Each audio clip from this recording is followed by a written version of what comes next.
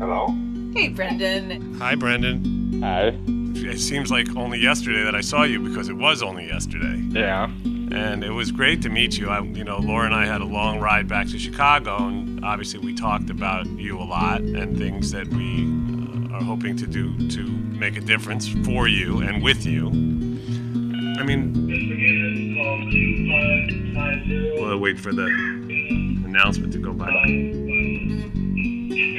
You went through an ordeal that even those of us that have seen the show and have seen on video parts of what happened, obviously we couldn't see the whole thing, but none of us can understand what it would be like to be in your shoes.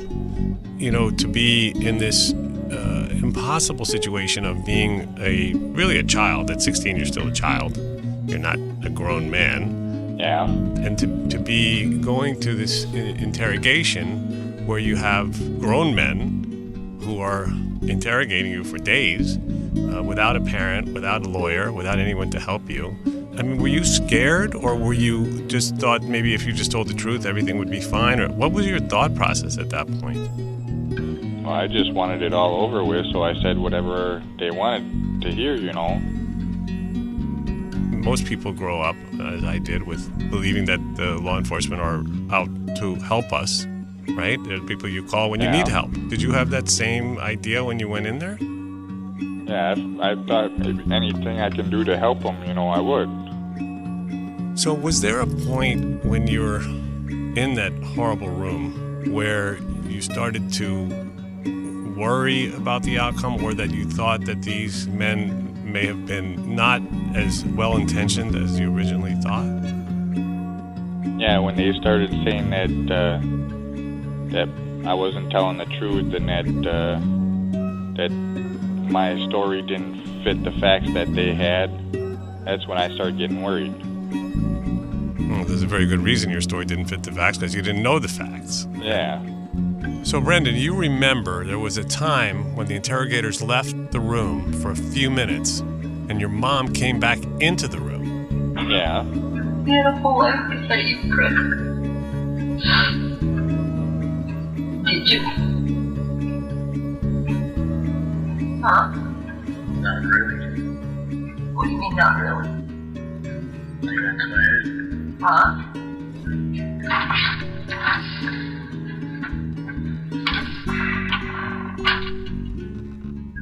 What do you mean by that?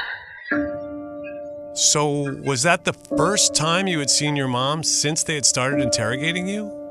Yeah, it is.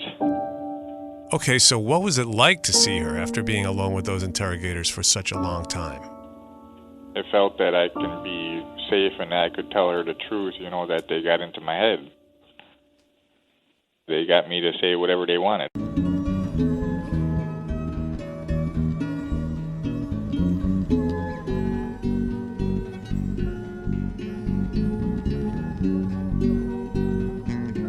One of the things about Brendan, of course, he's got disabilities, everybody knows that, but his disabilities in particular are clustered around speech, the way he speaks, the way he hears language, the way he processes words, and the way he uses his own words, right? So, this is not a person who can sort of weave sophisticated stories or lies or things like that. And of course, these are disabilities that are at the center of an interrogation, right? The sort of sophisticated level of conversation, talking about, what could happen to him if he didn't confess, because there was a threat in this case. What would happen to him if he didn't start adopting the story that was being fed to him?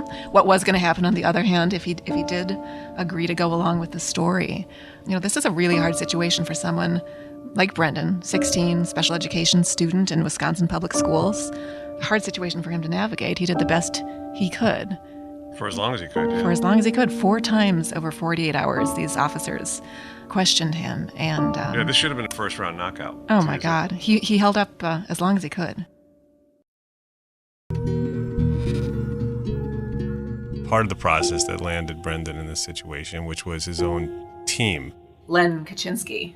Can you tell us what that was like? I mean, being represented by this guy? When I first met him, I knew that he didn't have my best interest in mind, because he was always trying to get me to take a plea deal or something. So you knew right away? Yeah. Brendan, a lot of credit to you, because many people might not have picked up on that so quickly, because people go into that situation, they think, well, this is my lawyer, he's going to be protecting me and defending me. Yeah. So you knew right away, but then as things progressed, I mean, did you feel betrayed, or did you feel hopeful that maybe he was going to turn it around and actually do his job?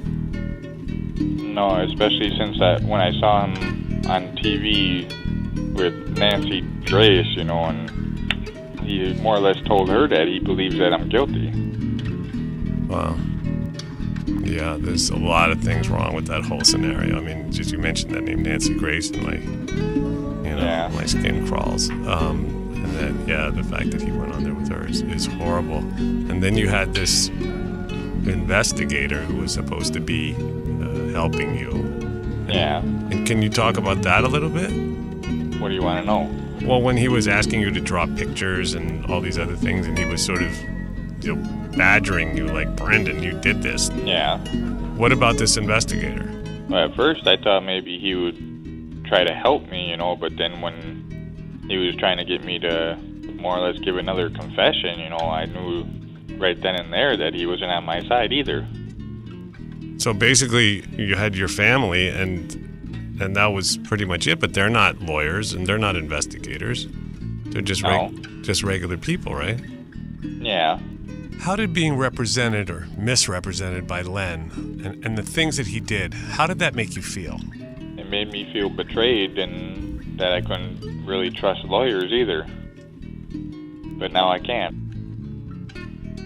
Brendan, one of the things I was personally so struck by was when we spoke yesterday about your dreams for after you get out, and what you want to do in the world. Do you mind sort of talking about that a little bit? You mean like getting into making and playing video games? Well, yeah, and hopefully getting paid for it. Yeah. I think it was Laura that asked you if you had a superpower, what would it be? That's right. That's always one of my favorite questions to ask Brendan. I would want to have the power to heal illnesses and diseases all over the world. And where do you think that comes from? It's a great superpower. I'd like to have it too. But of all the things, why do you think that one is the one that came to your mind? Well, I just like helping people, so I wanted to help other people in the world.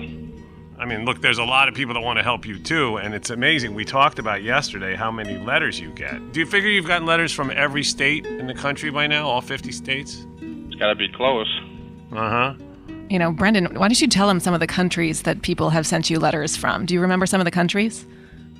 Singapore, England, Ireland, Iceland, South America, Canada, Hawaii, New Zealand too. Yeah, and even Australia, right? Yeah, Australia. It's amazing. And also some from Wisconsin, right? Yeah. That's great. So there's tens of millions of people now all over the world, as you know, who have watched Making a Murderer, have learned about your story. Do you want to see the show when you get out? Are you interested? I might. I don't know if I can, though.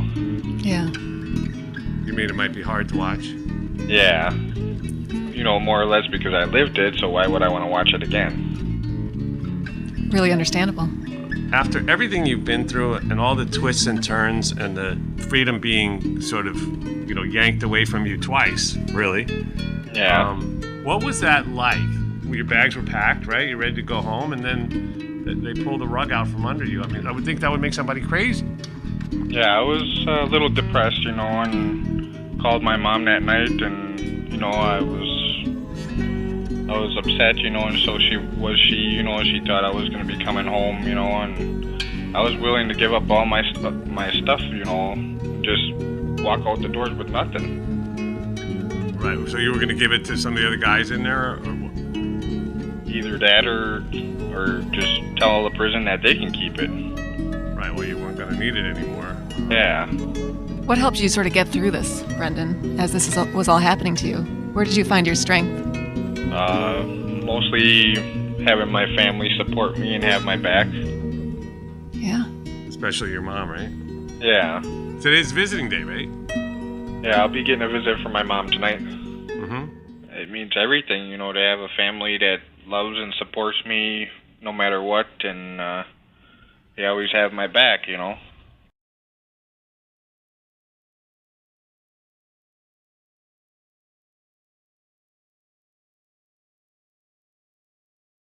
story who didn't really have any idea of what goes on in our justice system, but now they do. Is there anything particular that you could advise someone? Just keep fighting for me and keep showing your love and support. And Brendan, thank you again for, letting me come see you and for spending time on the air with us today. And now I get to leave it open for you to say whatever you want as we close the show. I don't know what to say. I love Pokemon, and my favorite Pokemon is Mew. But there's a new one coming out called El Creamy that I really like. And hopefully I get to see some of the more new ones coming out pretty soon.